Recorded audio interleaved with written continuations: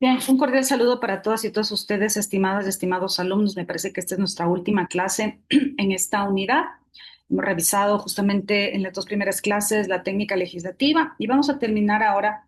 ¿Con qué vamos a terminar esta clase respecto de los métodos de interpretación constitucional? Vamos a terminar con unas tres láminas que faltaban, luego vamos a ver el tema de la proporcionalidad y les voy a poner en su consideración un caso concreto. Y finalmente vamos a ver una metodología que es utilizada justamente para poder analizar los casos concretos, considerando el respeto a los tratados internacionales de derechos humanos y obviamente a la legislación constitucional en garantía de los derechos. Así que vamos a continuar con la clase. Bueno, recordarán que la última vez que nos quedamos en clases analizábamos un caso concreto que era planteado justamente un análisis que ustedes lo pueden revisar en mayor profundidad en este manual de argumentación que les recomendaba de Ali Lozada y Catherine Ricaurte, que realmente es sumamente esclarecedor de cuáles son los métodos que se deben utilizar para analizar los casos ante la presunta vulneración de derechos o porque se considera que hay normas que deben ser expulsadas del ordenamiento jurídico por temas de inconstitucionalidad. Entonces, les recomiendo sin duda alguna que cuando tenga tiempo lo revisen a profundidad. Pero terminando justamente esto de la ponderación, pues vamos a considerar, para terminar, que la ponderación no es otra cosa que el tipo de razonamiento que fundamenta el paso 2, es decir, el que permite afirmar racionalmente que los principios del primer supuesto prevalecen sobre el segundo supuesto. Y esto ya lo veíamos cuando estábamos, vámonos al paso uno, pues quedamos, regresemos nuevamente al paso uno para llegar al paso 3, porque si no, no va a quedar claro. En el paso uno decíamos que se constata que en el caso de personas casadas únicamente por el rito gitano, recordarán que el caso que analizábamos la semana pasada, que una persona quería beneficiarse de la pensión de jubilación porque había fallecido su esposo, pero de acuerdo con la legislación española, esposo solo era aquel que tenía como cónyuge a una persona que había adquirido la calidad de este vínculo matrimonial por las leyes civiles de España, y esta persona que reclamaba era bajo el rito gitano. Entonces tuvo que presentar varios recursos hasta que finalmente el Tribunal Constitucional Europeo le dio la razón en el sentido de que ya que habían excepciones que se habían dado en su momento respecto de que no necesariamente eran considerados cónyuges, solo los que habían sido contrayentes matrimonial, contrayentes de matrimonio versus respecto de las leyes civiles, sino también considerando estos temas matrimoniales al amparo de naturaleza religiosa y que había algunas excepciones en ese sentido, se creó una nueva regla, porque hemos llegado a la conclusión en todas estas clases que a la final se termina construyendo una regla. Y esta regla decía que en la medida en que se demostrara que esta persona que había adquirido este vínculo de naturaleza conyugal bajo el rito gitano lo hubiera hecho con buena fe, pues era válido aceptar ese vínculo, equipararlo al del matrimonio regulado por las leyes civiles y por tanto se le podía acceder a los derechos establecidos para las personas en el caso de que sus maridos fallecieran. Entonces, para poder adquirir estado de la pensión de viudez. Entonces, recordando esto, vamos al paso uno, pues se constata que en el caso de personas casadas únicamente por el rito gitano, cuya pareja ha sido cotizante de la seguridad social y ha fallecido, entran a operar por un lado los principios de igualdad material, el derecho a la seguridad social y el derecho a la protección de las minorías étnicas vulnerables. ¿Por qué dice la igualdad material? Porque la igualdad material, como ustedes saben, dice relación justamente con el reconocimiento de los derechos, ¿cierto? Y las medidas afirmativas que debe realizar el Estado para que realmente puedan ser efectivos esos derechos. Y por otro lado, los principios de igualdad formal. La igualdad formal es la que está reconocida obviamente exclusivamente en el ordenamiento jurídico, de imperio de la ley y de seguridad jurídica. También se establece que en el primer supuesto los principios apoyan la validez de la regla según la cual debe ser considerado como cónyuge en los términos de la Ley de Seguridad Social, mientras que en el segundo supuesto los principios apuntan a la regla contraria, es decir, que no debe ser considerada como cónyuge para los efectos de la Ley de Seguridad Social. Paso 2. Se determina que en el caso, y tratándose de otorgar validez o bien a la regla uno o bien a la regla 2, los principios de igualdad material, el derecho a la seguridad social, el derecho a la protección de las minorías étnicas vulnerables tiene mayor peso argumentativo que los principios de igualdad formal, que el imperio de la ley y de la seguridad jurídica. Paso 3, finalmente se reconoce validez jurídica de una nueva regla si alguien se ha casado únicamente por el rito gitano y su pareja ha fallecido habiendo sido cotizante de la Seguridad Social, entonces debe ser considerado como cónyuge para los efectos del artículo 114.1 de la Ley de Seguridad Social. Les decía en la clase anterior que aquí habría que sumar que se pueda demostrar la buena fe de los contrayentes. Luego, esta regla pasa a integrar la cadena subsuntiva. Decíamos también en la clase anterior que siempre vamos a hacer el método de la subsunción, no es algo que podamos prescindir, que según se expuso anteriormente, conduce a la conclusión de que María tiene derecho a la pensión de viudedad, justificando así la decisión de concedérsela. Entonces, aquí sí, regresemos con lo que quería empezar.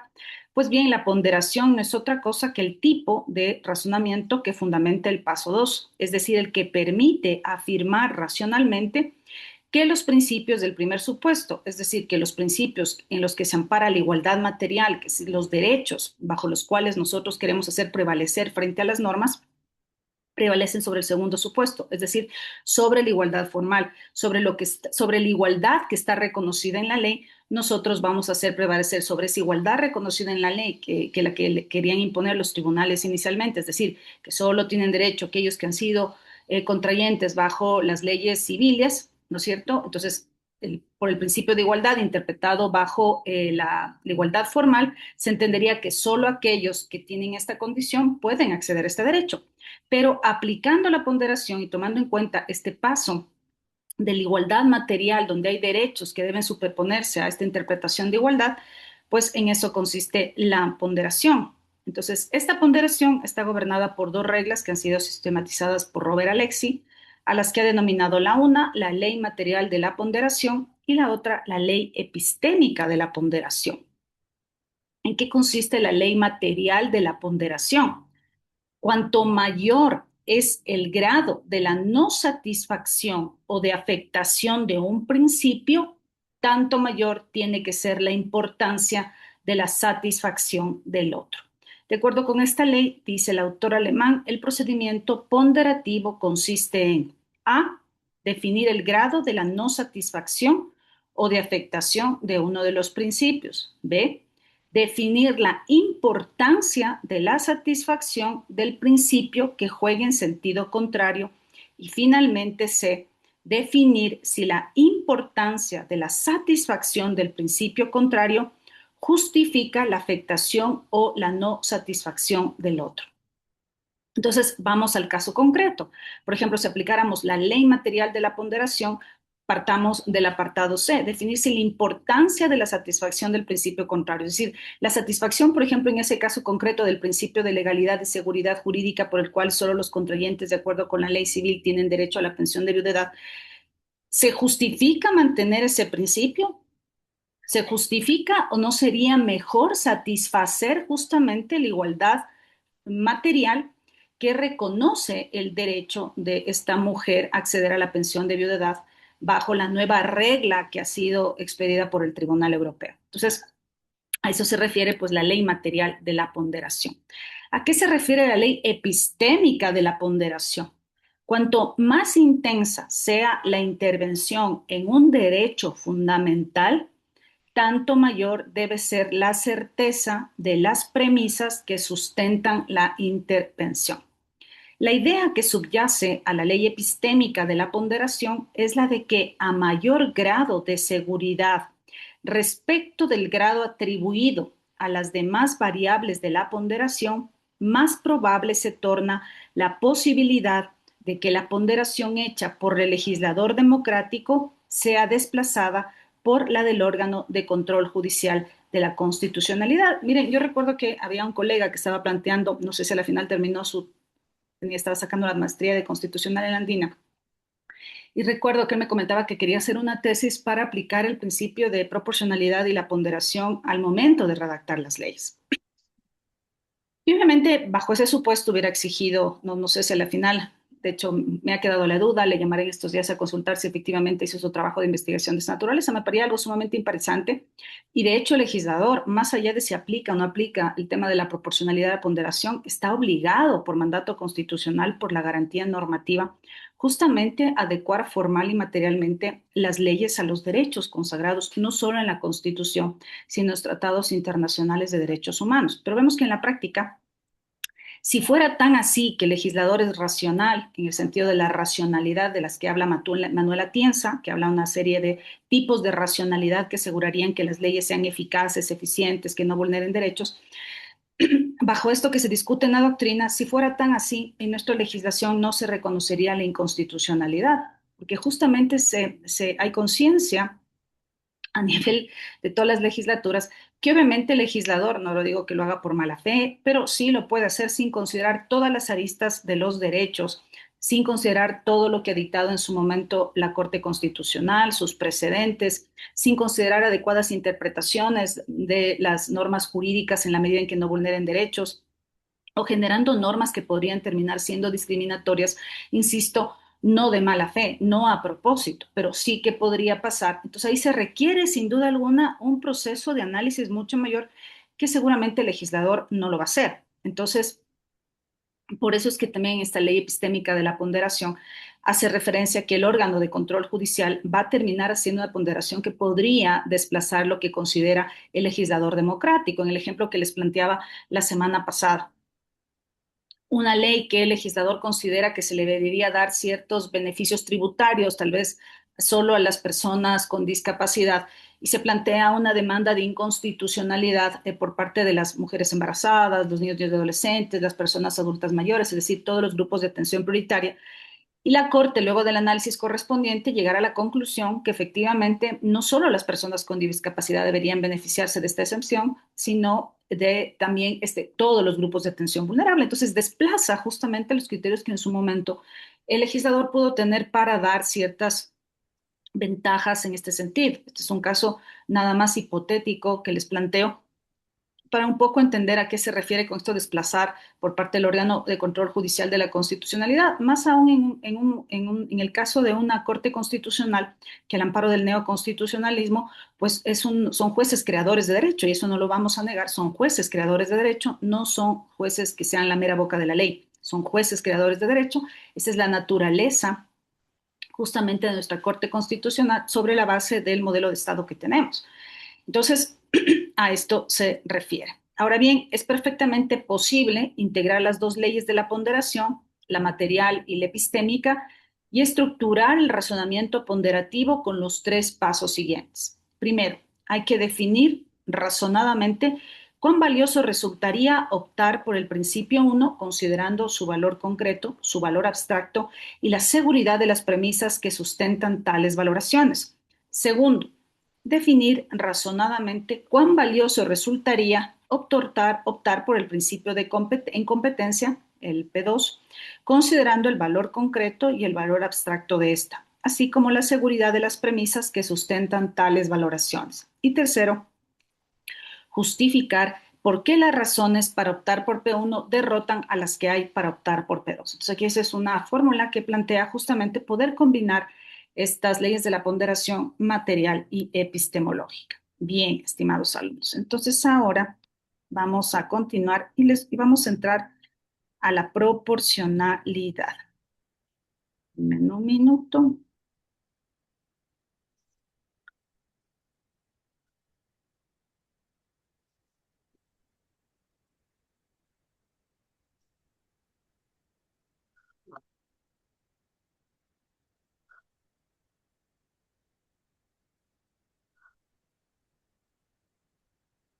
Recordarán que cuando empezamos este segundo módulo, que era sobre los métodos de interpretación constitucional, tomamos el artículo 3, numeral 2 de la Ley Orgánica de Garantías Jurisdiccionales y Control Constitucional, y recordarán que mencionábamos que uno de los métodos de interpretación era justamente anclándose al principio de proporcionalidad, que de acuerdo con el artículo 3, numeral 2 de la Ley de Garantías está definido de la siguiente manera.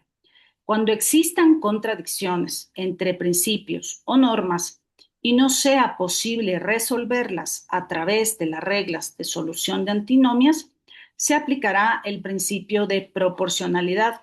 Para tal efecto, se verificará que la medida en cuestión proteja un fin constitucionalmente válido, que sea idónea, necesaria para garantizarlo y que exista un debido equilibrio entre la protección y la restricción constitucional. De hecho, si nosotros revisamos la doctrina en materia de modelos de interpretación constitucional, vamos a ver cómo justamente la proporcionalidad inclusive es un subprincipio de la ponderación que en referencia al método de Alexis. Entonces vamos a ver que si revisamos un poco la doctrina, esta proporcionalidad viene a ser un subprincipio de la ponderación.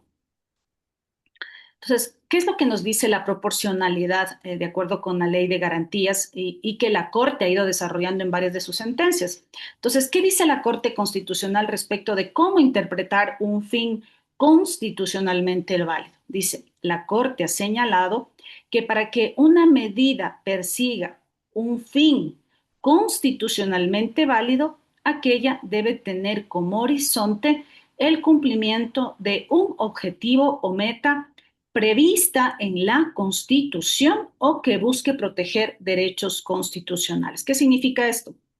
Si vamos a analizar, vamos a suponer que se va a analizar la inconstitucionalidad de un reglamento, ¿no es cierto? Entonces, si vamos a analizar la inconstitucionalidad de un reglamento o de una ley o lo que fuera versus la Constitución, y vamos a ver que algunas de las partes del articulado, a nuestro juicio, son inconstitucionales porque vulneran derechos, porque el legislador ha omitido incluir algunas consideraciones que a nuestro juicio realmente inobservan los mandatos constitucionales y tuviéramos que aplicar el método de la proporcionalidad, pues aquí lo que tendríamos que ver es que la Corte, para revisar si tenemos la razón o no, va a revisar que la medida persiga un fin constitucionalmente válido, aquella debe tener como horizonte el cumplimiento de un objetivo o meta prevista en la Constitución. Si ese fin no es constitucionalmente válido, a la luz de la meta que esperamos alcanzar de conformidad con la Constitución, por ejemplo, se consideraría que ya no cumple con esto de los elementos de la proporcionalidad. ¿Ya? En cuanto al criterio de la idoneidad, la Corte ha señalado que este implica que la medida tomada sea adecuada para cumplir el fin constitucional. La restricción de un derecho debe ser un medio que contribuya a alcanzar el fin constitucional. En consecuencia, una medida no es idónea si es que no contribuye de forma alguna al fin constitucional. ¿Ya? Entonces, miren cómo lo aborda la Corte Constitucional el requisito de idoneidad. La restricción de un derecho debe ser un medio que contribuya a alcanzar el fin constitucional. En consecuencia, una medida no es idónea si es que no contribuye de forma alguna al fin constitucional. Tomemos con pinzas en esta lámina el tema de la restricción de un derecho. Lo que nosotros vemos en el caso, y así lo ha interpretado la Corte Interamericana de Derechos Humanos, obviamente el legislador tiene amplia configuración legislativa. El legislador establece los requisitos para el ejercicio de los derechos, pero también les pido que tomen con pinzas esta frase de la restricción de un derecho, que la vamos a revisar en el caso práctico que les voy a plantear, porque no, el legislador no está facultado, porque así lo establece la garantía normativa contiene la Constitución, a restringir los derechos, sino a desarrollarlos, obviamente, de conformidad con esta obligación material contiene la Constitución. Por eso, esta parte puntual que es tomada de un fallo de la Corte Constitucional, les pido que para los fines de esta clase la tomen con pinzas, porque va a permitirnos aplicar al caso concreto. La necesidad. Para determinar la necesidad de la medida, la Corte ha referido que la medida escogida tiene que ser entre todas las posibles a tomar la menos gravosa para el ejercicio de los derechos, la que provoque el menos daño posible para lograr el fin constitucional, la mejor alternativa entre las disponibles. La necesidad obliga a enumerar las medidas existentes para cumplir el fin y compararlas. De este modo, hay medidas que siendo idóneas pueden no ser necesarias. Ya, miren ustedes, aquí les pido que pongan especial atención. La medida escogida tiene que ser entre todas las posibles a tomar la menos gravosa para el ejercicio de los derechos, la que provoque el menos daño posible para lograr el fin constitucional, la mejor alternativa entre las disponibles. Y la frase final, de este modo hay medidas que siendo idóneas pueden no ser necesarias. Y finalmente viene la proporcionalidad estricta, donde la Corte ha señalado que por proporcionalidad propiamente dicha se entiende cuando se aprecia los derechos de unos titulares con otros titulares cuyo ejercicio entra, perdón, en colisión, tensión o podría provocar una restricción. Para que una restricción de derechos sea legítima, la realización de otros derechos debe ser mayor o al menos equivalente. Se trata de una comparación entre la realización de un derecho con la afectación de otro derecho. Ya, nuevamente aquí el tema de la restricción de derechos, tómenlo con pinzas. Y ahora sí, vamos a entrar al caso concreto y les propongo analizar algo que, bueno, la Corte ya decidió en su momento, pero ver si efectivamente nosotros podríamos haber encontrado otras alternativas a lo que la Corte decidió. Si ustedes ven ahí el fallo de la Corte, a mí personalmente me dejó varios vacíos. Sin embargo, pues obviamente más allá de que pudiéramos discrepar con la argumentación, pues obviamente es una decisión que se cumple en su momento. Entonces, veamos el tema del análisis de la prohibición del uso de celulares en el sufragio. Entonces, vamos a hacer una evaluación de constitucionalidad y de proporcionalidad de la resolución del Consejo Nacional Electoral. Entonces, este va a ser el caso concreto al que le vamos a tratar de aplicar estas reglas de la proporcionalidad. Empecemos. Entonces, como introducción, vamos a analizar esta resolución que todos deben tener clarísimo en su mente, que fue la resolución del Consejo Nacional Electoral, que prohíbe el uso de celulares y otros dispositivos electrónicos durante el sufragio. Recordarán que cuando se dictó esta resolución por parte del Consejo Nacional Electoral, se argumentó justamente temas de inseguridad y todo esto, que podía captarse el voto por parte de los GDOs, en fin, algunas argumentaciones que se dieron, bueno, más que argumentaciones, algunos criterios que se dieron para tratar de fundamentar justamente esa medida adoptada por el Consejo Nacional Electoral. Y entonces vamos a evaluar la constitucionalidad, el impacto en derechos fundamentales y la proporcionalidad. ¿Cuál es la identificación del problema jurídico? Recordarán que cuando estábamos en clases anteriores, yo les decía justamente que si revisamos los fallos de la Corte Constitucional siempre resuelve identificando los problemas jurídicos, ¿no es cierto? O sea, va analizando el caso y va identificando problemas jurídicos. De aquí de entrada, lo primero que deberíamos hacer para ver si está adecuado nuestro análisis o para asegurar que lleguemos a la resolución más adecuada conforme los métodos de interpretación constitucional, obviamente va a ser identificar en primer lugar adecuadamente los problemas. Porque si no identificamos adecuadamente los problemas, obviamente las decisiones que adoptemos en función de una mala identificación de los problemas, pues obviamente no va a permitir que podamos obtener un fallo adecuado. Entonces vamos viendo qué problemas jurídicos podríamos identificar en este caso concreto. La prohibición del uso de celulares vulnera derechos como la transparencia y el acceso a la información, una de las preguntas, ¿no? Y estas preguntas que les digo no están en el fallo de la Corte, son otras preguntas, son analizadas. Esta resolución la vamos a analizar aparte de lo que ustedes pueden revisar en el fallo de la Corte, la vamos a hacer nosotros identificando problemas jurídicos diferentes, tomando para fines de esta clase exclusivamente qué podría implicar aplicar esto de la proporcionalidad a una resolución de esta naturaleza. Entonces, entre los varios problemas jurídicos que nos podríamos plantear, como en su momento también la Corte se planteó sus problemas jurídicos, podríamos nosotros plantearnos otros también y podríamos decir, a ver, si se prohíbe el uso de celulares, ¿se vulnera derechos como la transparencia y el acceso a la información? Un problema jurídico. Uno podría decir, pues la Corte no se planteó ese problema, digamos que nosotros nos hemos planteado este problema. Si hacemos eso, ¿se vulnera o no se vulnera el derecho a la transparencia y el acceso a la información? Una pregunta. Habrá que ver cómo la contestamos. Otra pregunta. ¿Cuál es su impacto en la confianza ciudadana y la integridad electoral? Preguntémonos, ¿hay algún impacto, no, en la confianza ciudadana y en la integridad electoral, sí o no? Tres, ¿es una restricción necesaria y proporcional? Y aquí viene justamente lo que les decía en las láminas, que tomemos por pinzas la parte de la restricción, ¿no? Esta frase de la restricción.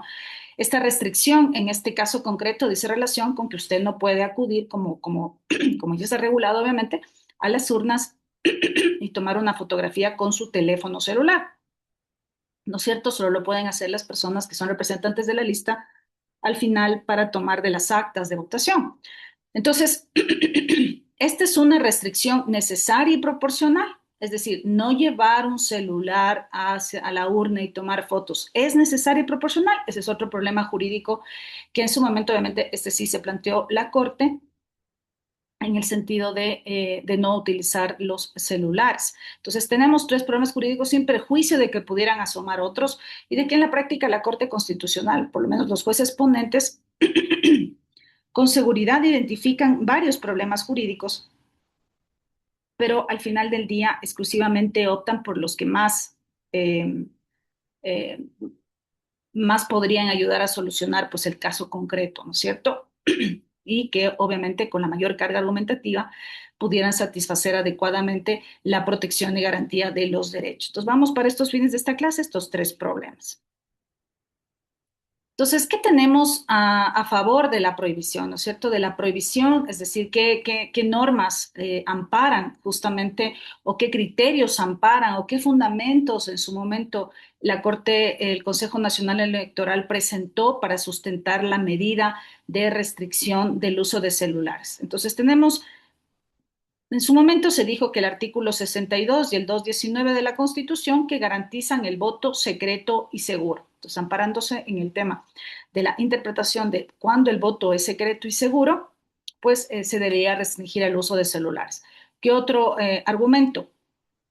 El Código de la Democracia, artículos 10 y 25, que garantiza procesos electorales libres de coacción.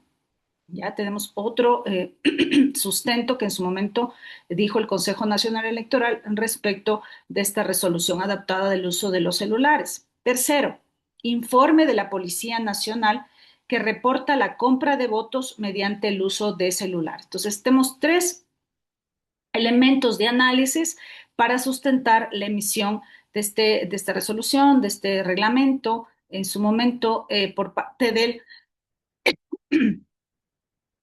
Consejo Nacional Electoral. En su momento también, cuando se presentó esta demanda de inconstitucionalidad de este reglamento, el reglamento de resolución, el hecho es que también se cuestionó si el Consejo Nacional Electoral tenía competencia vía resolutiva, pues para expedir una restricción de esta naturaleza, dado que debía haber sido mediante ley. Todo eso se analizó en su momento por parte de la Corte Constitucional. Ahora, en cambio, ¿qué normas podríamos poner en contra de esta prohibición? Podríamos decir la Constitución del Ecuador, el artículo 66 y 84 que garantiza la libertad de expresión y el acceso a la información. Podríamos también decir la Convención Americana sobre Derechos Humanos, el artículo 13 que protege el uso de medios tecnológicos para difundir la información. Entonces, ¿qué argumentos tenemos a favor de la prohibición? Tenemos garantiza el secreto del voto, previene la compra de votos y protege la seguridad del proceso electoral. ¿Y qué argumentos tenemos en contra de la prohibición? Afecta la transparencia electoral, restringe la libertad de expresión y el acceso a información, impide documentar irregularidades. Entonces, estos serían argumentos en contra de la prohibición. Pues aquí vamos a aplicar el test de proporcionalidad, vamos a ver si hay un fin legítimo, vamos a ver un fin legítimo en la medida adoptada por el Consejo Nacional Electoral, dos, vamos a ver si es idóneo, tres, vamos a ver si es necesario y cuatro, vamos a ver la proporcionalidad en sentido estricto. Como les digo, en este ejemplo que planteo, más allá de que en la práctica, pues la Corte Constitucional ya tomó una decisión que se aplicó en su momento, sí es importante, pues en ese caso en concreto me parecía adecuado aplicar este test de proporcionalidad para los fines de esta clase. Entonces, a grosso modo podríamos ver, ¿hay un fin legítimo? Sí, hay un fin legítimo, que es proteger el voto secreto. Idoneidad, sí, puede evitar la compra de votos. Necesidad, aparentemente no hay una necesidad. Hay medidas menos restrictivas. Proporcionalidad no restringe otros derechos. Esto sería a grosso modo si aplicáramos un test de proporcionalidad. ¿Cuáles serían alternativas posibles a la prohibición? Permitir el uso con restricciones, control del acceso con celulares fuera de la cabina de votación, creación de canales de denuncia, educación electoral sobre coacción. ¿Cuál es el árbol argumentativo que se aplicaría en este caso? Entonces, miren ustedes, es constitucional la prohibición del uso de celulares en el sufragio y este árbol argumentativo, estimadas y estimados alumnos, es también una de las de los métodos que están también planteados en el método, en el manual de argumentación que les he sugerido como libro de cabecera de esta clase. Entonces, ¿es constitucional la prohibición del uso de celulares en el sufragio? Entonces, argumento a favor del CNE, garantiza el secreto del voto, previene la compra de votos, protege la seguridad del proceso electoral. Argumento en contra, afecta la transparencia electoral, restringe la libertad de expresión, impide documentar irregularidades. Test de proporcionalidad. ¿Hay un fin legítimo? Sí. Idoneidad, sí. Algunos podrían sustentar que sí es necesario, otros no. Y algunos podrían argumentar también que es proporcional y otros no. Como en efecto, pues la Corte en su momento le pareció, no es que aplicó este sentido desde proporcionalidad en sentido estricto, utilizó otro método de argumentación, pero en todo caso sí se podría sostener que habían otras medidas menos restrictivas que las adoptadas. ¿Qué alternativas hubieran sido posibles? Permitir el uso con restricciones, control del acceso con celulares, creación de canales de denuncia. Conclusión, pues la prohibición es desproporcionada en su alcance actual y debería revisarse. ¿Ya? Entonces, no sé si tienen algún comentario hasta ahí, estimadas y estimados alumnos. Me ha tocado, dado que es nuestra última clase, tratar de a evacuar todos los temas para que no se quede nada pendiente.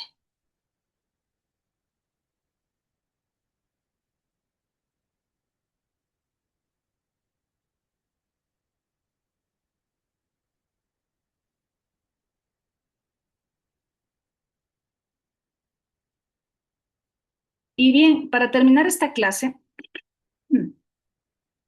perdone que no sé, en la mañana amanezco un poco con que respire en la garganta. Denme un minuto para tomar un poco de agua. Denme un minuto, estimadas y estimados alumnos.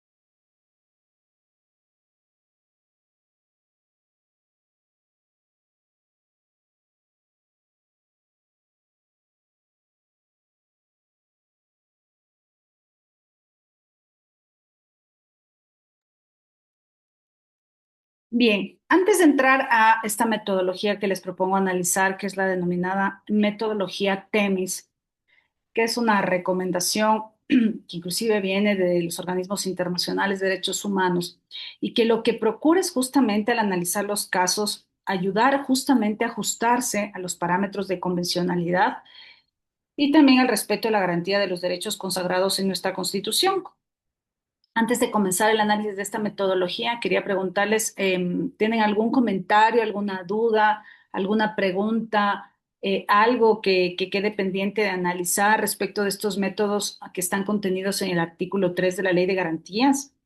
¿Hay algo que quisieran compartir con sus compañeros, alguna experiencia de un caso concreto o lo que fuera? Con mucho gusto, pues está abierta la oportunidad para hacerlo antes de continuar abordando este tema. De mi parte, no, doctora, buenos días. Buenos días, Santiago. Bien. Entonces, Yo, vamos a maestra, hablar, yo perdón. quisiera, yo Ah, quisiera. Silvia, le escuchamos. Gracias, maestra. Muy buenos días, compañeros. Maestra, verá, en el tema de del test de proporcionalidad, sí me quedó claro. Lo que sí me quedó un poquito de duda es respecto de la aplicación del Tribunal Europeo de Derechos Humanos sobre el caso de de la señora gitana, de la viuda gitana. Ya, Por qué me quedó un poco de escepticismo, quizás es la palabra? ¿Qué hicieron ellos? A la regla de, a ver, el nexo, el vínculo gitano, no puede equipararse al matrimonio de conformidad con el Código Civil Español, porque evidentemente es un vínculo, es una ritualidad de un grupo étnico, ¿no es cierto? Entonces, ¿qué dijeron ellos? Si el matrimonio eclesiástico, a ver, si el vínculo se produce o se deriva del matrimonio eclesiástico, es equiparable al matrimonio, ¿no es cierto? Entonces hay reconocimiento en la legislación española cuando una persona al tenor del vínculo eclesiástico, perdón, al tenor de la ritualidad eclesiástica, contrae el vínculo, ¿no es cierto? Ya. Entonces, por analogía, si un grupo étnico, llámese gitanos, lo que sea, moros, árabes, lo que sea, si hacen el vínculo, al tenor de no de una eclesiastés, sino al tenor de una práctica cultural, ancestral o no ancestral, una práctica incluso que puede ser contemporánea, basta que sea práctica de todo el grupo comunitario, entonces le vamos a equiparar al matrimonio, ¿no es cierto? Entonces, desde mi interpretación, lo que hicieron es interpretar una regla positiva, homologarla al caso de los gitanos. ¿Y por qué yo me quedo descontenta con este análisis que hizo el Tribunal Europeo? Sí, yo estoy también consciente de que luego la interpretación material que hicieron es que el derecho a la igualdad, ya hicieron el enfoque desde los derechos, ¿no es cierto? Para ponderar ya. Allí sí estaría de acuerdo. ¿Y por qué estoy en desacuerdo? Yo estuve trabajando como jueza en Morona, Santiago, en Taisha, y ya, allí el 98% de la población es Shuara. Y hay predominio étnico, ¿no es cierto?, de la nacionalidad Shuara. Shuar es el nombre. Entonces, vino una señora y demandó ¿cómo se llama? Cuando el postmortem, la declaratoria de unión de hecho postmortem. Porque ella fue a pedir, asimismo en el Instituto Ecuatoriano de Seguridad Social, fue a pedir ¿cómo se llama? Cuando ya viuda, ¿cómo se llama? El, el derecho que el Seguro Social le da a las mujeres, de, de la pensión. viudez. Sí, acá creo que se llama cesantía o Montepío, no me acuerdo ya. Entonces ella demandó y la regla que yo tenía en el Código Civil efectivamente era, la unión de hecho en el Ecuador se permite para personas mayores de 18 años. Y esta mujer que tenía 5 hijos, al tenor de una práctica cultural ancestral de los Shuar, la práctica cultural es que las mujeres Shuar, cuando cumplen la primera menstruación, están socialmente habilitadas para unirse con su opuesto, con su varón de la comunidad que les haya elegido la familia, porque ellas no eligen. Un padre de familia con otro padre de familia deciden en la pactachinas, se llama, que a esta hija le va a corresponder el hijo de la otra familia. Y con esta pactachina crecen y cuando ya la mujer asume su primera menstruación, está hábil para unirse en pactachina, unirse en matrimonio, como lo veríamos nosotros los occidentales. Entonces, esta práctica cultural ya les genera derechos, desde el Código Civil les genera derechos, pero no está reconocida en el Código Civil la pactachina como una unión matrimonial, ¿no es cierto? Entonces, yo me topé con la regla que no me permitía a esta mujer declararle con 5 hijos porque había enviudado también. Su esposo trabajaba para una petrolera y falleció, pues, y tenía seguridad social el señor. Entonces ella necesitaba para este derecho que se le declare la unión de hecho, porque eso le exigía el Instituto Ecuatoriano de Seguridad Social. ¿Qué hice yo en ese caso? Porque la regla positiva no me daba, porque la señora se unió cuando tenía minoría de edad. Ella se unió a los 13 años con su opuesto, con su par. Él tenía 17 años cuando se unieron. Y entonces la regla no me daba para satisfacer el derecho. ¿Qué hice yo?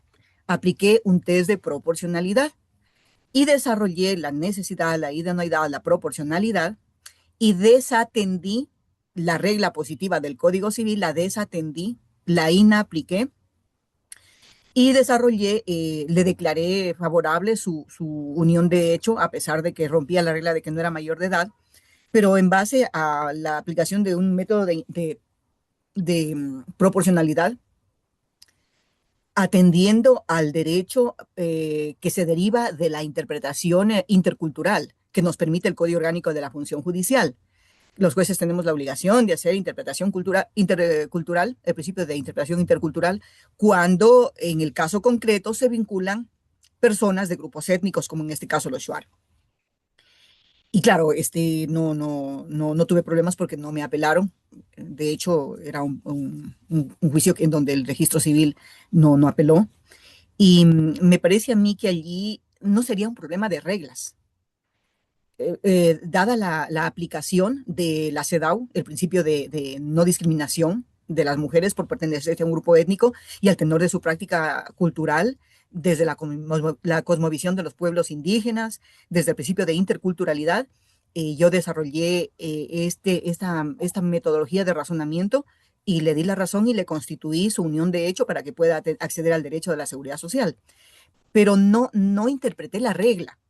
Y entonces yo estoy en desacuerdo con el razonamiento que hizo el Tribunal Europeo, que le aló las orejas al Tribunal Constitucional Español, porque en principio esta pobre mujer, la gitana, tuvo que peregrinar un montón para que se le reconozca por parte del Tribunal Europeo de Derechos Humanos. Entonces, no me quedo muy satisfecha porque allí lo que hicieron es interpretar la regla para analogarla. Y a mí me hubiera gustado más, me hubiera sentido más satisfecha como jurista, que le hago énfasis al razonamiento de los jueces en derechos humanos, que si hubiera trabajado directamente con ponderación o con proporcionalidad y no mucho interpretando la regla, porque a mí se me hace que es muy forzado decir que si se genera el vínculo al tenor de un rito eclesiástico, como es el catolicismo, entonces ya homologuemos al matrimonio. Porque realmente el rito de los Shuar no es el mismo rito de los gitanos, y este constructo del matrimonio como una institución jurídica del Código Civil en los grupos étnicos, al menos los andinos y los amazónicos, no tiene tema de equiparación. No hay vínculo que se puedan comparar estas instituciones consuetudinarias de cada grupo. No hay relación. Entonces, yo sí le apuesto más a no trabajar con la interpretación de la regla, sino más bien a trabajar directamente con principios de interculturalidad, principio de no discriminación y etc. Ese era mi comentario, estimada maestra.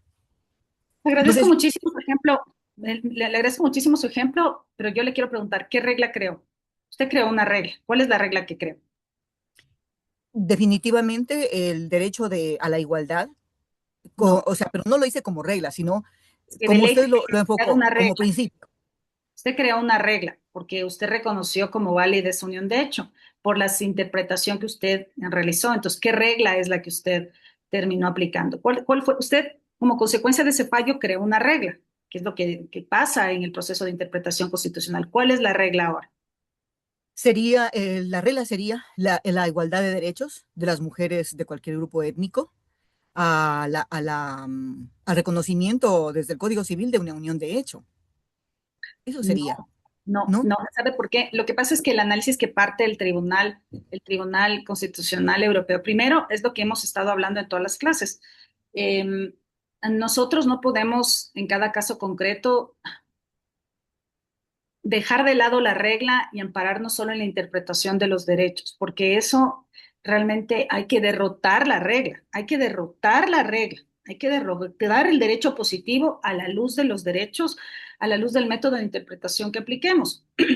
Por eso es que el Tribunal Europeo derrota esa regla, ataca esa regla la ataca para crear una nueva regla, es lo que hemos estado hablando en todas estas clases. Que no podemos hacer interpretaciones solo tomando el caso concreto y atándonos a los principios y derechos. Tenemos que analizar la regla, derrotar la regla y demostrar cómo esa regla aplicando este tema de la igualdad formal, que es la regla que estaba vigente en el caso, por ejemplo, de español, a la luz de la igualdad material, tiene que ser superada. Y por eso se crea otra nueva regla, y la regla es que también se reconoce este tipo de matrimonios en la medida en que se demuestre la buena fe de los contrayentes. ¿Ya? Y por eso equipara la otra regla. Ya creó una nueva regla. Entonces, cada vez que nosotros hacemos las interpretaciones, mi querida doctora, y pasará, me parece sumamente interesante lo que usted dice, pero em, yo creo que ahí hay que tener claridad de que con los temas del método de interpretación constitucional hay que derrotar la regla, porque si vamos a entrar no le digo en su caso concreto, le digo como un tema en general, si vamos de entrada a desconocer el derecho positivo, que es el que ha sido dictado por el legislador, porque nos parece injusto, porque lo que fuera, porque nos parece que no responde a la igualdad, entonces el hecho es que estamos haciendo un uso adecuado de los métodos de interpretación constitucional, porque la regla siempre tiene que ser considerada. Si ustedes agarran la Corte Constitucional, todos los fallos de la Corte Constitucional, cuando va a interpretar derechos, siempre toma la regla, nunca hace una interpretación solo del caso versus los derechos que podrían estar vulnerados. Siempre toma en consideración las reglas, porque o las reglas podrían ser declaradas inconstitucionales, cuya competencia es exclusiva de la Corte Constitucional, o a su vez, obviamente para el caso concreto habría que interpretarla de determinada manera. Esas son las facultades que tiene la Corte Constitucional.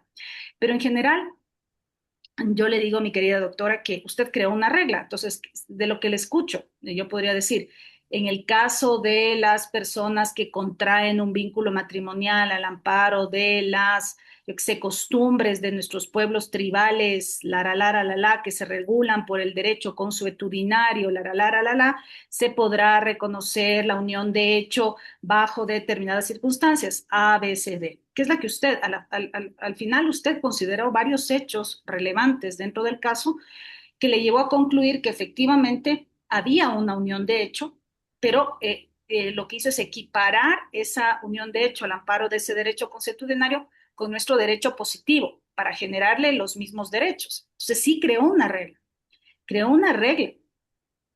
pero esa regla hay que ver si es que no es susceptible de ser derrotada, ¿ya? Porque le digo que de lo que usted mismo manifiesta, pues se han anclado en tema de derechos y todo. Entonces, pero bueno, si es tan bondadosa, mi querida doctora, sí me gustaría leerle su fallo, me parece sumamente interesante, pero nuevamente es lo que hemos hablado en clase, más allá de este caso concreto o de lo que tengamos todos los que estamos en esa sala algún momento en el ejercicio de la profesión o lo que fuera, o en calidad de miembros de una judicatura. Tenemos siempre que considerar la regla y la regla tiene que ser derrotada, no puede ser desatendida, no podemos dejar de considerar la regla.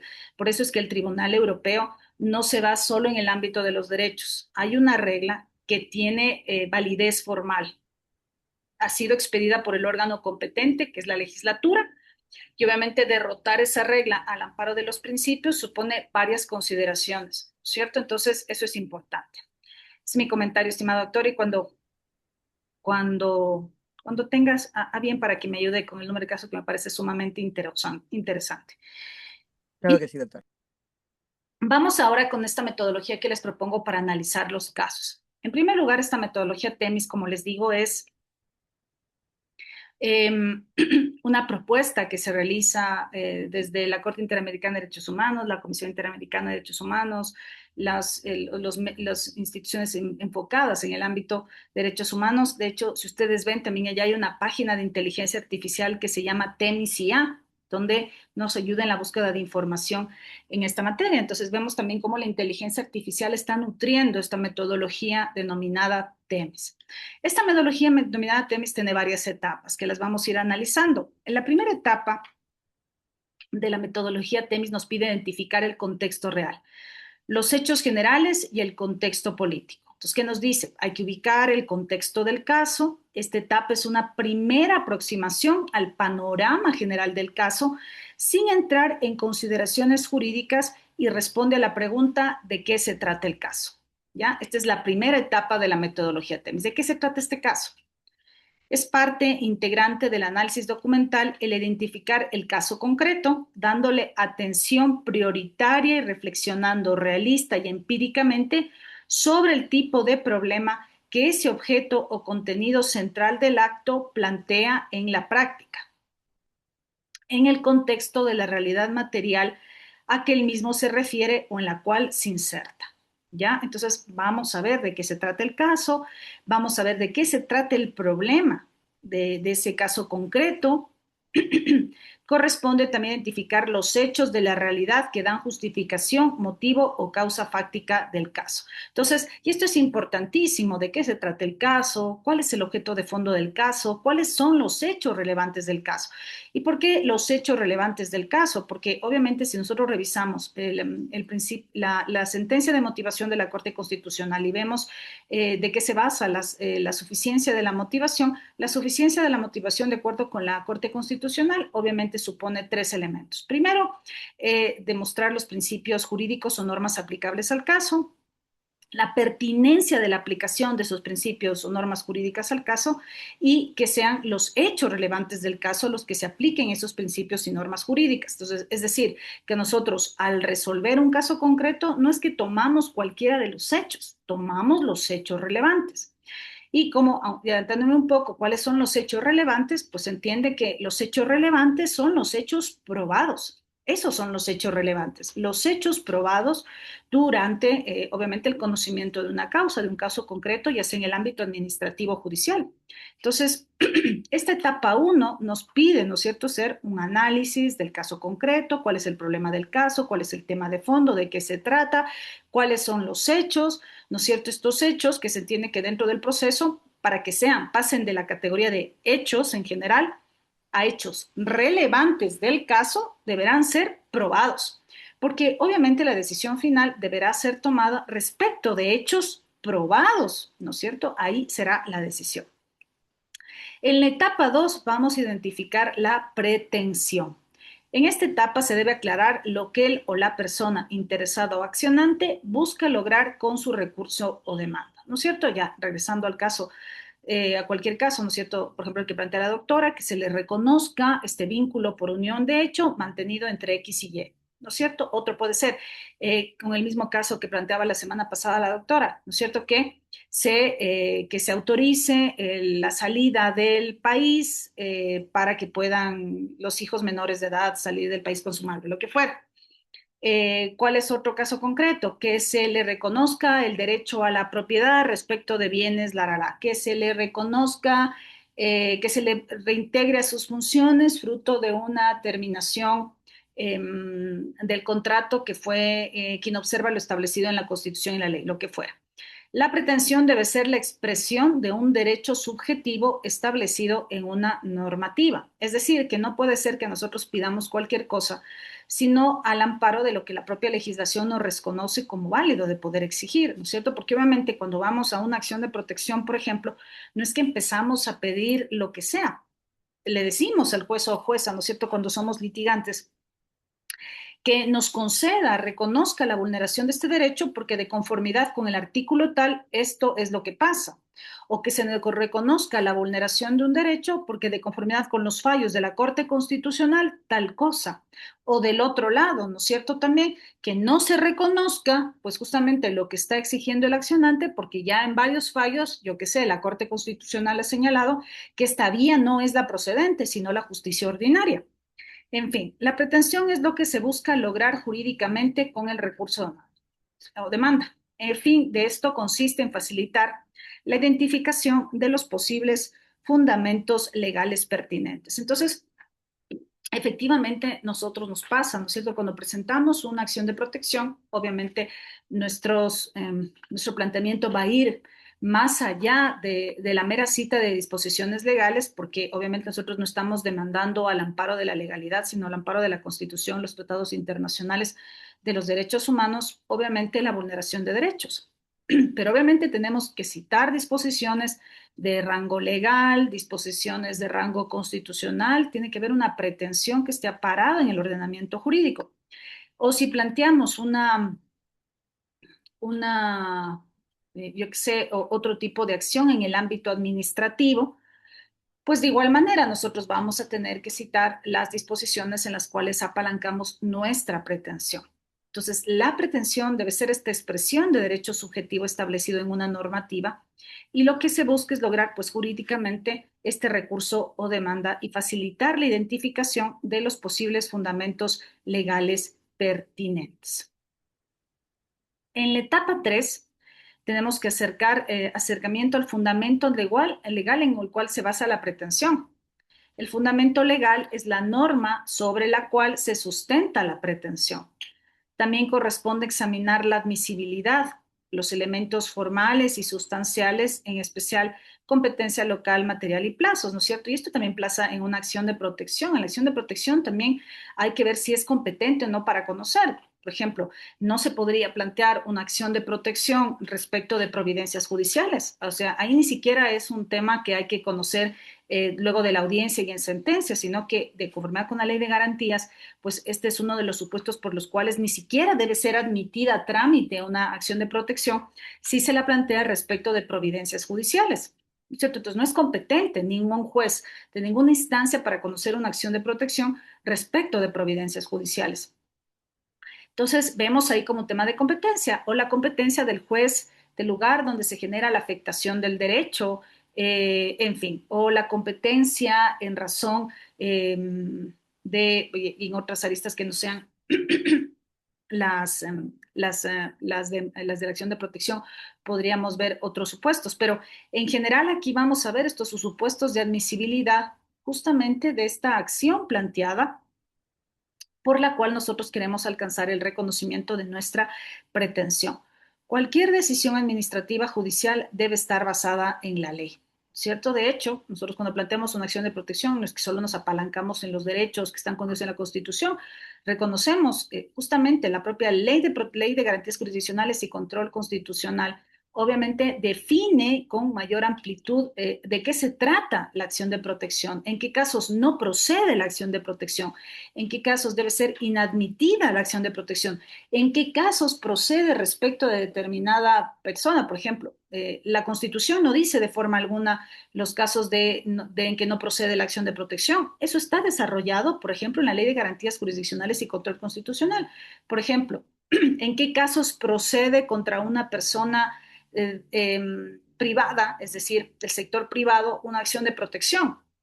El estándar es siempre plantear acciones de protección en contra del Estado, pero también la Ley de Garantías Jurisdiccionales y Control Constitucional, por ejemplo, prevé para intentar una acción de protección en contra de los privados, pero no en cualquier caso, no siempre.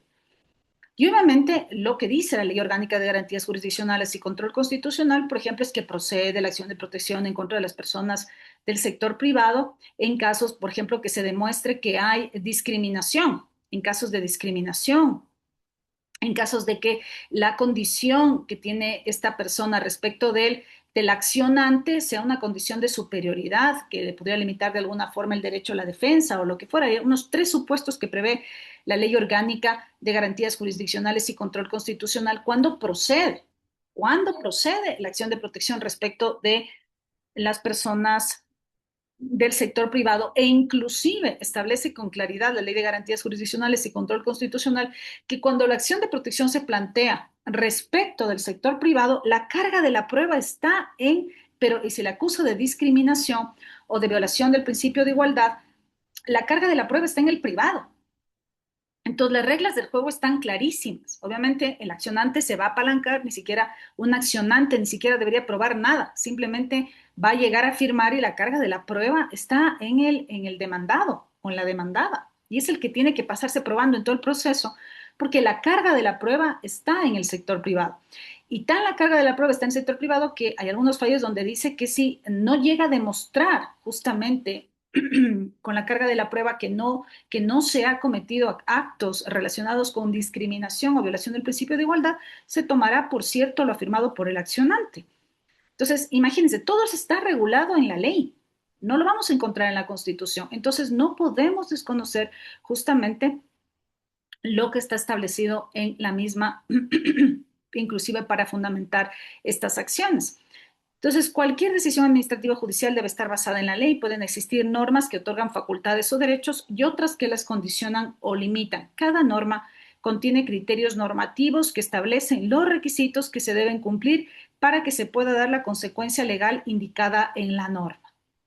Para asegurar un acercamiento a las normas y a los criterios normativos relevantes del caso, es imprescindible partir de la pretensión. Entonces, por ejemplo, si va un accionante, presenta una acción de protección y dice que el Ministerio del Ambiente no le ha dado, me invento, no le ha dado la licencia ambiental por X razón. Obviamente, cuando vaya el Ministerio del Ambiente, le va a decir al juez o a la jueza, le va a decir, mire, señor juez, aquí no hay violación de ningún derecho, porque ¿qué es lo que suele pasar en los litigantes cuando van a presentar acciones de protección y no encuentran un derecho que les calce porque sus pretensiones más bien tienen fundamento de naturaleza legal? Lo que lean es justamente vulneración al derecho a la seguridad jurídica. Entonces, con la seguridad jurídica es con lo que se pasan en toda la audiencia de que se ha violentado la seguridad jurídica o de que se ha violentado tal vez un tema de requisitos y a veces se apalancan en el debido proceso, aunque es un poco forzado, pero por lo general es siempre un tema de mencionar la vulneración de la seguridad jurídica cuando lo que se refiere a inobservancia de disposiciones legales o reglamentarias. Entonces, ¿qué es lo que va a hacer en la audiencia, obviamente, el Ministerio de Ambiente? En este caso concreto que les planteo, lo que va a demostrar es que la ley dice, mire, señor juez o señora jueza, aquí no se ha violentado ningún derecho del accionante, no es que la administración pública le quiere negar la licencia porque simplemente no lo quiere hacer, sino mire usted, la ley, que es el Código de Ambiente, establece que para otorgar una licencia, nada más les digo que este es un caso hipotético, ¿no? Otorgar una licencia se necesita A, B, C, D, E. El señor aquí accionante no cumple con el requisito establecido en el literal B. Por tanto, no es posible haberle otorgado la licencia y por tanto usted, señor juez o señora jueza, no puede desconocer lo establecido en la ley y pretender darle, amparado en algún derecho mencionado por el accionante, la licencia, porque la ley ha establecido con claridad, el legislador en su capacidad de configuración legislativa, ha establecido con claridad cuáles son los requisitos y el accionante no los cumple. Entonces, no es que en este ejemplo que les planteo, el juez o jueza podría decir, ay no, pues amparándome en el derecho a no sé qué, no sé cómo, no sé cuánto, dele nomás aunque viole el requisito. Eso no puede pasar, ¿no es cierto? Porque hay un ordenamiento jurídico que se entiende así, tiene la presunción de validez y responde justamente al ordenamiento constitucional. Y si no fuera así, pues debiera haber sido atacado de inconstitucional. Pero mientras esté vigente, obviamente esa es la disposición que rige y que deberá observarse. Cada norma, Silvia. Maestra, yo estoy un poco en desacuerdo con lo que usted acaba de decir y si estoy equivocada, me gustaría que me oriente. ¿Qué hizo el juez constitucional Ramiro Ávila en el caso de matrimonio igualitario? La norma, ya no me acuerdo ahorita el Código Civil, que expresamente dice, matrimonio hombre-mujer. La norma positiva no me da para hombre-hombre ni para mujer-mujer para matrimonio, por lo tanto, inaplico e inobservo, le dejo a un lado, no declararon la inconstitucionalidad de la norma, de la regla, pero inaplicando y haciendo uso del método de interpretación pro homine, no discriminación y etc., vamos a aplicar la opinión consultiva 2417 y vamos a decir que la interpretación a la luz de derechos fundamentales, el matrimonio entre dos hombres, entre dos mujeres, se faculta. Pero entonces allí, maestra, no inaplicaron la regla, ni tampoco la expulsaron del ordenamiento jurídico, ni la declararon inconstitucional. Entonces, a eso es mi discrepancia, en el sentido de que no necesariamente se tiene que trabajar con la regla. Justamente la construcción de la regla de la que usted habla, la regla que se forma con derechos, no la regla que se forma con el presupuesto fáctico, el presupuesto ontológico para el salto teleológico del silogismo. Esa no estamos hablando de esa que está en el Código Civil, estamos hablando de la regla que se forma con los derechos, ¿no es cierto? Entonces, en este caso, el juez constitucional hizo eso y yo consideraría de que inclusive cuando el Tratado de Derechos Humanos reconoce el derecho que ni siquiera está desarrollado en la Constitución ecuatoriana, vamos trabajando el derecho. No necesariamente tengo que esperar a que la Corte, yo sé que la consulta de norma nos obliga a los jueces, si la norma se presume inconstitucional, efectivamente hay que mandar a hacer la consulta a la Corte Constitucional, pero los jueces en algunas ocasiones han sugerido que no se trabaje necesariamente con la necesidad de declarar inconstitucional la norma, ni tampoco expulsar el juez porque no tiene la competencia, no es juez constitucional, el juez de instancia no es juez de la Corte Constitucional para hacer no tiene esa competencia para expulsar. Entonces yo creería que no necesariamente se tiene que trabajar primero con el desarrollo de la norma. Yo sé que no hay que observarla así de primerazo, decir, no me alcanza la norma, voy a ponderar, pero generalmente cuando ya se ve que la interpretación no me alcanza con la interpretación evolutiva de la norma, no me alcanza con la interpretación literal de la norma, entonces tendría que utilizar el otro método. No sé si estoy equivocada, maestra. Esto de la acción igualitaria me parece que fue acciones extraordinarias de protección, ¿no es cierto? O fue acción de inconstitucionalidad. No me acuerdo qué fue esto del matrimonio igualitario. Pero bueno, a nivel de la Corte Constitucional, obviamente yo ya les he dicho en varias ocasiones también que soy sumamente respetuosa y no en este caso en concreto, no recuerdo exactamente si fue una acción de inconstitucionalidad o una acción extraordinaria de protección. Pero aún para desconocer la regla, en ese caso que usted plantea, la ha analizado y se creó una nueva regla que permite que, aunque el Código Civil señale lo siguiente, ahora esa norma también incorpora el reconocimiento de los mismos derechos y la posibilidad de mantener, de contraer matrimonio entre personas del mismo sexo. Pero no es que la regla se desconoció. O sea, lo que se generó es considerando los estándares de opiniones consultivas de la Corte Interamericana de Derechos Humanos y otros fallos, darle una interpretación en el sentido igualitario. Porque ya ahí la verdad es que nos tomaría demasiado tiempo entrar a analizar cada uno de los párrafos de la sentencia, pero al punto que yo voy, querida colega, es lo siguiente. El juez no puede desentender la regla, o sea, no es un tema de discusión etérea de los derechos y puede ser que obviamente usted y todos los alumnos que están en la clase pueden discrepar conmigo, pero es que es imposible desconocer la regla. Si la regla le está diciendo, salgamos de este tema del matrimonio igualitario, porque ahí hay diversas cuestiones en torno a la interpretación. Al caso concreto que es, hay alguien que está con el micrófono.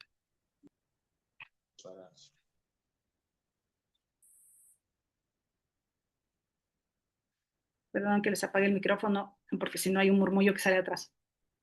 Regresando al caso que les planteo, si nosotros vamos a una acción de protección donde los jueces no tienen competencia para declarar inconstitucionalidad de leyes, no tienen la competencia para interpretar constitucionalidades, tienen trazada la cancha en el ámbito de sus competencias, en cierto sentido, por la Ley Orgánica de Garantías Jurisdiccionales y Control Constitucional, y por, obviamente, de forma supletoria, como establece la disposición, me parece, final o general de la Ley Orgánica de Garantías Jurisdiccionales, en todo aquello que no dice, podrá aplicar supletoriamente las normas del Código Orgánico General de Procesos. Tienen trazada la cancha las competencias de los jueces constitucional.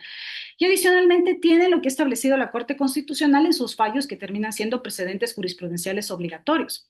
Cuando un accionante va a una acción de protección, y en el ejemplo que les planteo, regresemos al ejemplo que les planteo, porque le digo, analizar el tema del matrimonio igualitario bajo las prerrogativas que tienen de la Corte Constitucional, que es un juez creador de derecho, porque realmente solo la Corte Constitucional es un juez creador de derecho, ya lo he dicho en varias clases, que ellos inclusive pueden incorporar disposiciones a los artículos establecidos por disposición legal, pueden hacer que se genere una interpretación adicional, pueden ordenarle a la Asamblea Nacional que adecue la ley a lo que ellos están diciendo, tienen ellos una competencia que no tienen los jueces de instancia, solo la tiene la Corte Constitucional y en eso sí tenemos que separar. Solo ellos pueden declarar inconstitucionalidad, solo tienen unas prerrogativas extraordinarias de interpretación constitucional, ¿cierto? Entonces, regresando al caso de todos los días, que es de los jueces de instancia en acción de protección, el juez de instancia de acción de protección no puede desconocer que hay una ley que establece requisitos. No puede, por ejemplo,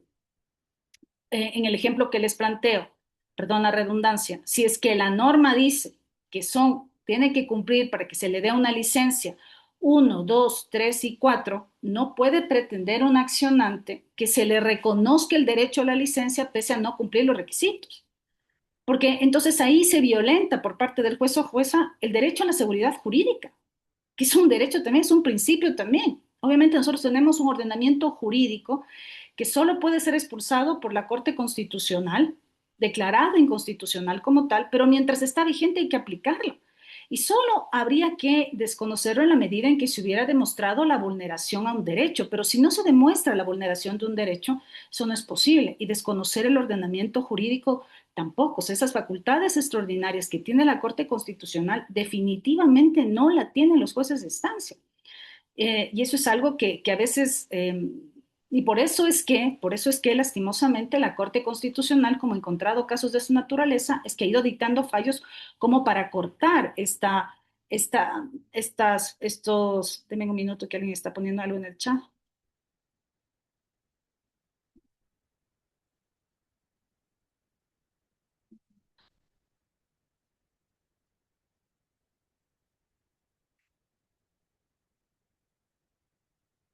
Nada, fue consulta de norma, me dice Silvia.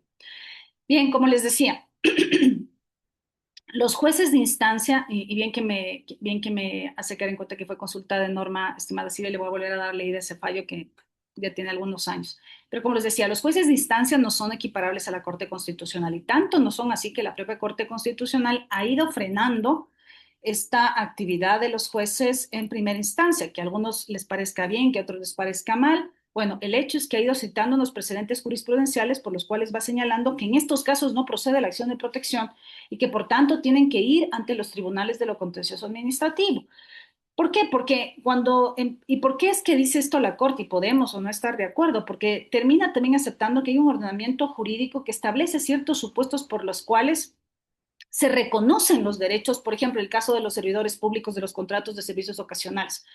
Se establece que hay un ordenamiento jurídico que sí, que puede ser inobservado por las instituciones del Estado, ¿no es cierto?, cuando superan el plazo máximo establecido en la Ley Orgánica de Servicio Público para los contratos de servicios ocasionales. Pero en ese caso, pues la Corte Constitucional ya ha señalado con claridad que todos esos temas no son objeto de acción de protección, sino de la justicia ordinaria a través del Tribunal de lo Contencioso Administrativo. ¿Y por qué? Porque empezaron a haber esta serie de demandas en torno, apalancándose ha generado una estabilidad del funcionario público en la institución. Pero ¿por qué es que la Corte Constitucional también en su momento ha marcado este precedente? Porque obviamente la estabilidad del funcionario público también está sujeta a ciertos supuestos de rango legal. Haber ingresado por concurso, etcétera, etcétera, etcétera, etcétera, etcétera. Entonces, por eso dice, vea, esta discusión no la vamos a tener aquí, el tema de la estabilidad no lo vamos a tener aquí en el ámbito constitucional, la van a tener entre los jueces ordinarios con ligeras modificaciones que ha hecho pues ya la Corte Constitucional. También otros fallos respecto de algo relacionado con el tema, pero el hecho es que la Corte Constitucional no deja de observar el ordenamiento jurídico, porque no es que crea derecho de forma etérea de la nada. Toma lo que existe en el ordenamiento jurídico, toma lo que ha aprobado el legislador, que es el órgano con competencia, que es el legítimamente democrático escogido en las urnas para marcar el ordenamiento jurídico. Entonces, los jueces tienen que observar en primera instancia lo que está en el ordenamiento jurídico y verificar si en el caso concreto efectivamente se ha producido no una vulneración del derecho, porque de lo contrario se haría pasar a la presunción, si salimos de la presunción de legalidad y validez de las actuaciones de los funcionarios públicos, que es lo que se derrota en una acción de protección contra el Estado. Lo que queremos ir a derrotar en una acción de protección contra el Estado es esta presunción de validez, de legitimidad de las actuaciones del Estado porque ha vulnerado derechos. Entonces, esto a mi juicio es importante considerar, estimadas y estimados alumnos, y obviamente yo soy muy respetuosa de los criterios de todos ustedes, de usted, estimada Silvia, pero, o sea, para eso está el ordenamiento jurídico infraconstitucional. O sea, salvo que se declare inconstitucional, eso es lo que habrá que considerar. Y obviamente, es diferente es que esa norma jurídica que está vigente sea interpretada erradamente y eso genere una vulneración del derecho. Pero a la final va a tomar la misma norma y va a decir, no, es que la autoridad interpretó mal esta norma y la interpretación adecuada era esta y esto le hubiera garantizado el ejercicio de los derechos. Entonces, esto es importante considerar. Entonces, hay que hacer un acercamiento al fundamento legal en el cual se basa la pretensión. El fundamento legal es la norma sobre la cual se sustenta la pretensión. También corresponde examinar la admisibilidad, los elementos formales y sustanciales, en especial la competencia local, material y plazos. Cualquier decisión administrativa y judicial debe estar basada en la ley. Pueden existir normas que otorgan facultades o derechos y otras que las condicionen o limitan. Cada norma contiene criterios normativos que establecen los requisitos que se deben de cumplir para que se pueda dar la consecuencia legal indicada en la norma. Para asegurar un acercamiento a las normas y a los criterios normativos relevantes del caso, es imprescindible partir de la pretensión.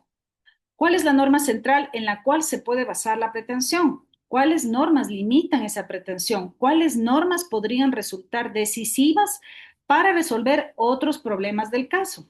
Sin embargo, en esta etapa aún no se trata de un análisis legal complejo y preciso, sino solamente de una identificación de las normas relevantes. ¿Qué significa esto? Que no todas las normas jurídicas son relevantes al caso concreto, ¿no es cierto? Sino que serán aquellas que sustenten la pretensión o que podrían derrotar esa pretensión inicial planteada por el accionante. Vamos a la etapa 4.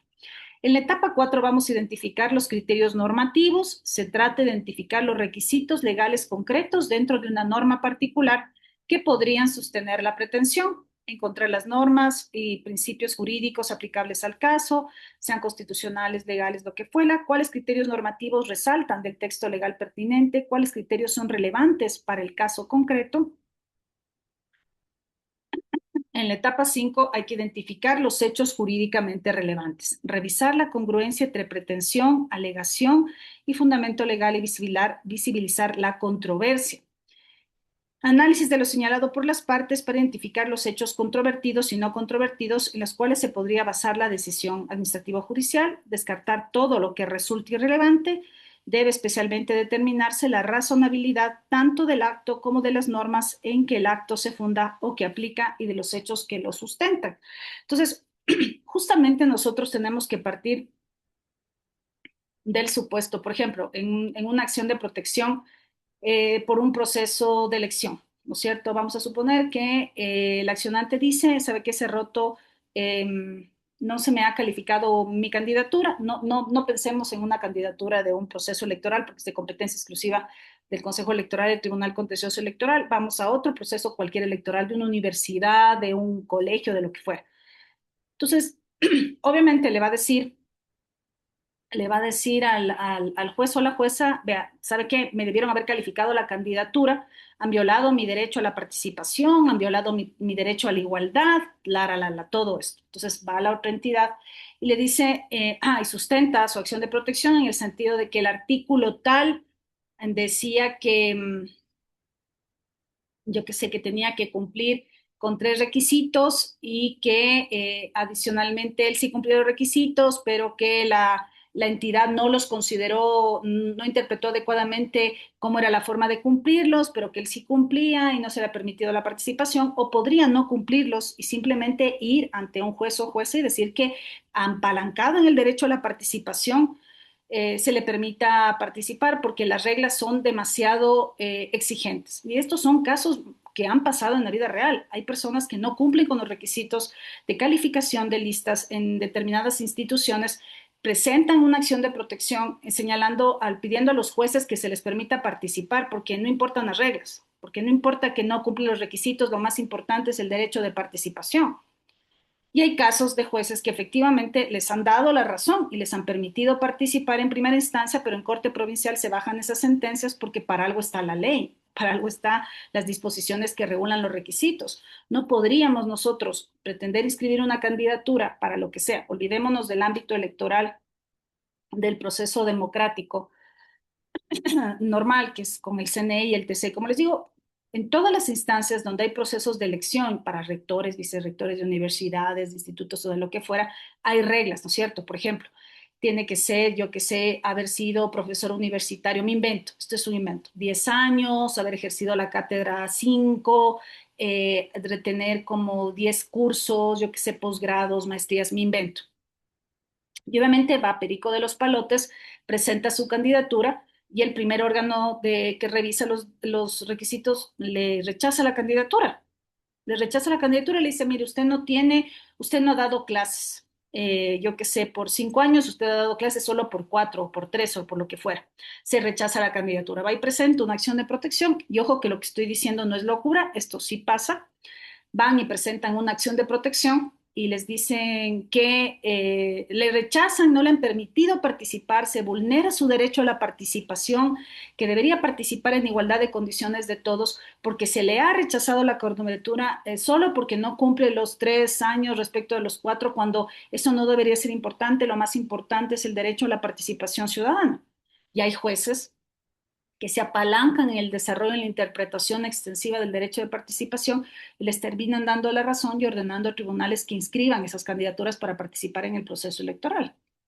Pero, como les digo, al final del día, en Corte Superior, en Corte Provincial, pues obviamente se rechazan esas demandas y se vuelve a lo que era, que tiene que cumplir los requisitos. Por eso les digo, o sea, el tema del principio de legalidad, el derecho a la seguridad jurídica también tiene que ser considerado. Ningún derecho, hemos visto en el ordenamiento jurídico constitucional, es mayor jerarquía a los demás. Todos están en igualdad de condiciones. Entonces, la seguridad jurídica que tenemos, por ejemplo, todos los demás que estaban en ese proceso electoral que les digo, en este caso hipotético, por ejemplo, todos. Entonces, si es que el tema es no cumplir requisitos, entonces, ¿qué sentido tienen haber cumplido ellos sí todo y haber pasado todos los filtros del proceso electoral si al final van a competir con una persona que no los cumplió, apalancada, entre comillas, en el derecho a la participación? Es que eso no puede ser. El ordenamiento jurídico tiene que respetarse porque para eso está el derecho a la seguridad jurídica. No se puede desatender lo que está establecido en la ley. Diferente es que frente a un caso concreto tuviéramos que recurrir a considerar que hay principios y derechos que están en colisión. Entonces, no podríamos nosotros pretender llevar el derecho de participación en colisión con el principio de la seguridad jurídica, pues si la norma le está exigiendo, pues que tiene que cumplir requisitos, tiene que cumplir los requisitos y pare de contar. No se puede hacer una interpretación extensiva del derecho a la participación, porque si no, entonces, ¿para qué están las leyes? ¿Para qué está el ordenamiento jurídico? Todos estos métodos de interpretación de la ponderación, la proporcionalidad, tienen que ver cuando hay derechos que están en juego y que se contraponen uno con otro. Entonces, cuando tenemos dos derechos que en un caso concreto ameritan llegar a determinar a cuál se va a proteger más respecto del otro, en el caso concreto, es que surgen todos estos métodos de interpretación constitucional para la solución de casos difíciles. Pero en este tipo de casos, estos casos no son difíciles. El ordenamiento jurídico dice A, B, C, D, pare de contar. Y por eso les digo que en Corte Provincial, pues este tipo de sentencias se las bajan. Entonces, es importante considerar. Entonces, estos hechos jurídicos relevantes son los hechos probados. Ya lo dicen los fallos de la Corte Constitucional, sobre todo en los fallos de la sentencia de motivación. Cuando dice la Corte Constitucional a qué se refiere con hechos relevantes, los hechos relevantes del caso son los hechos probados. Entonces, ahí se va a poder revisar pues la congruencia entre la pretensión, la alegación, el fundamento legal y visibilizar la controversia. Nos quedan 5 minutos, por eso es que he apretado el acelerador en esta clase. Análisis de lo señalado por las partes para identificar los hechos controvertidos, no controvertidos, en los que se podría basar la decisión, descartar todo lo que resulte irrelevante. Debe especialmente determinarse la razonabilidad tanto del acto como de las normas en que el acto se funda o que aplica y de los hechos que lo sustentan. Etapa 4. Vamos a identificar los interrogantes del caso, advertir los problemas de índole fáctica probatoria y de índole meramente jurídica del caso. Se puede tratar de interrogantes respecto al recurso indicado, respecto a la aplicación o pertinencia de norma o sobre la necesidad de interpretación de un criterio normativo. Todo esto sirve para ordenar los problemas del caso y preparar una argumentación jurídica concisa, enfocada en lo relevante. Fijándose en lo meramente jurídico, pueden surgir interrogantes sobre la aplicabilidad de una norma y sobre cómo comprender o interpretar el contenido de una norma, especialmente en un criterio normativo en particular. También pueden surgir interrogantes sobre la relevancia de principios legales en relación con una norma concreta, cuáles son las interrogantes jurídicas, es decir, los problemas de índole meramente jurídica, ¿cierto? ¿Cuáles son los problemas del caso concreto? Igual a lo que plantea la Corte Constitucional, ¿cuáles son? Hace sobre una base de problemas, va dictando sus fallos. Veamos cuántas láminas me faltan. Sí, falta 10. Ténganme un poquito de paciencia para terminar esto.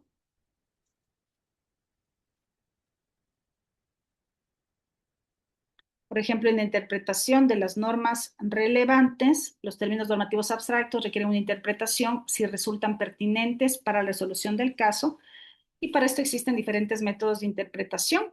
Y bueno, esto ya nos vamos a quedar hasta ahí. Les voy a poner esto para que lo vayan viendo. Aquí ve la subsunción, y para no tomarles más tiempo, estimadas y estimados alumnos. Entonces, bueno, eso les voy a colgar en la parte de la plataforma para poder tener, antes de terminar esta clase, bueno, quiero agradecerles, estimadas y estimados alumnos, por haberme acompañado durante 5 semanas en esta materia. Ya están colgadas en la plataforma cada una de las clases. Esta es la última que me falta colgar. Vamos a colgar las presentaciones también para que ustedes la tengan.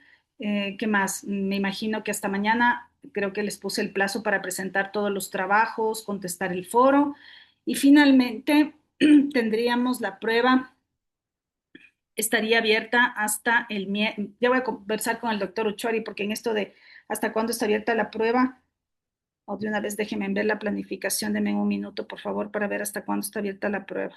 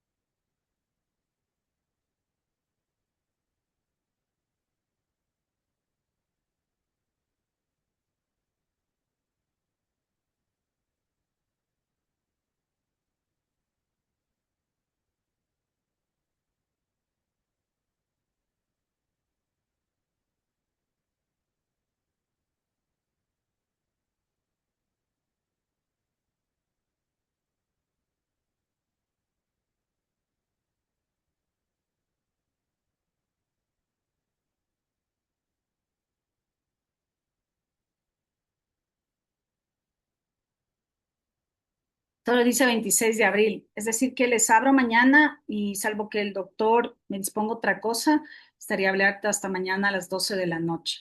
Voy a consultarle al doctor, este rato que estaba viendo en la ficha de planificación, solo me dice 26 de abril, pero con todo le voy a preguntar al doctor Uchuari hasta cuándo puedo dejar abierto en la plataforma y les pondría en anuncios docentes más tardecito. Denme un minuto a ver si le pregunto de una vez al doctor, aunque ya creo que tiene clases con ustedes enseguida, pero bueno, en todo caso.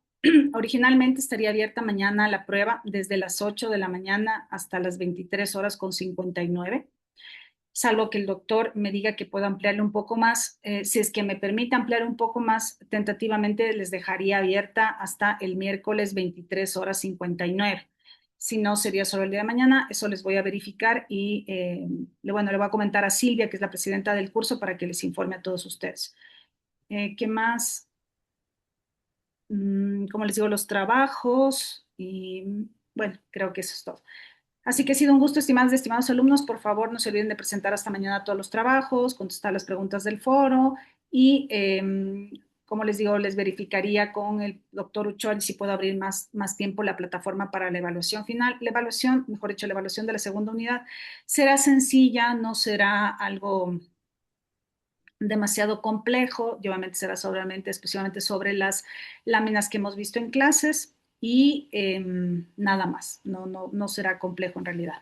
Eso es, estimados y estimados alumnos, ha sido un gusto haber compartido con ustedes. Un buen día para todas y todos. Maestra, en nombre del paralelo, quiero expresarle gratitud. Aparte, no es lisonja reconocer que usted tiene mucha solvencia en la materia que nos ha impartido. También nos sentimos agradecidos porque el método de enseñanza ha sido muy digerible, muy responsable su trabajo, entregándonos las diapositivas que nos permiten quizás comprender de mejor manera conceptos tan difíciles, porque la argumentación jurídica realmente son conceptos bastante abstractos.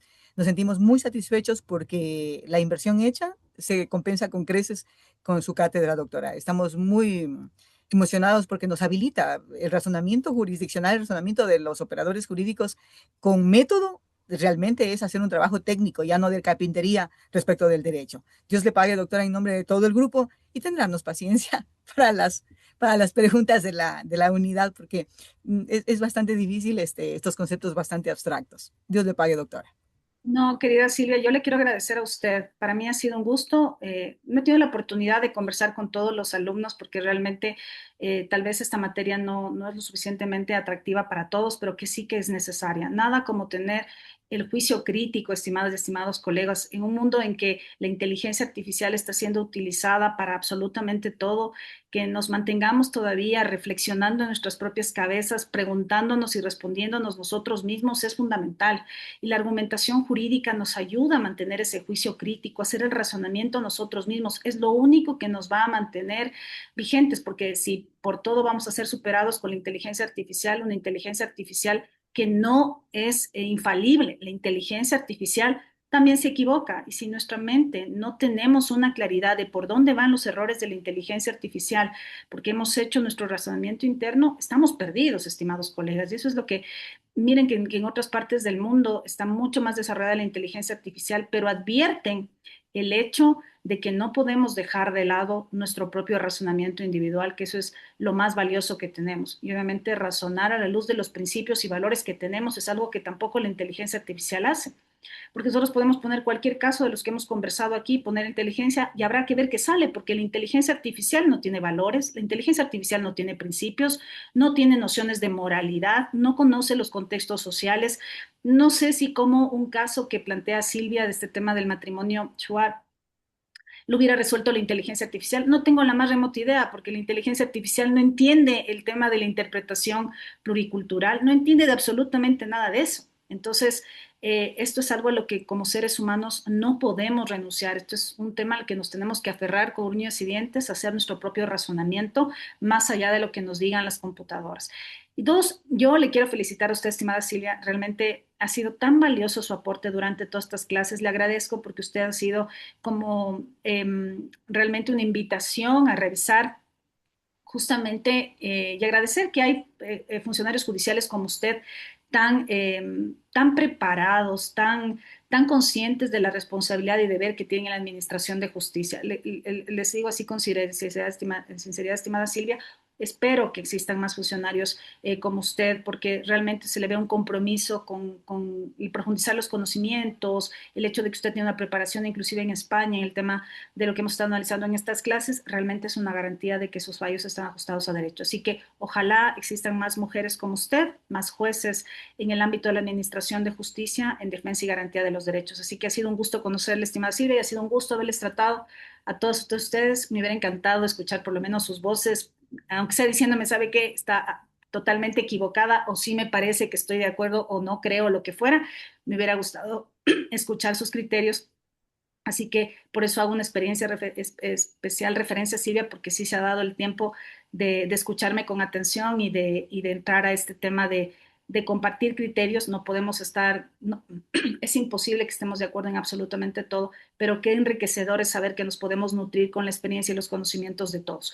Así que Silvia, un fuerte abrazo y un fuerte abrazo, estimadas y estimados colegas, para todas y todos ustedes. Y espero pues que en algún momento, si vienen a Quito, pues será un gusto recibirles.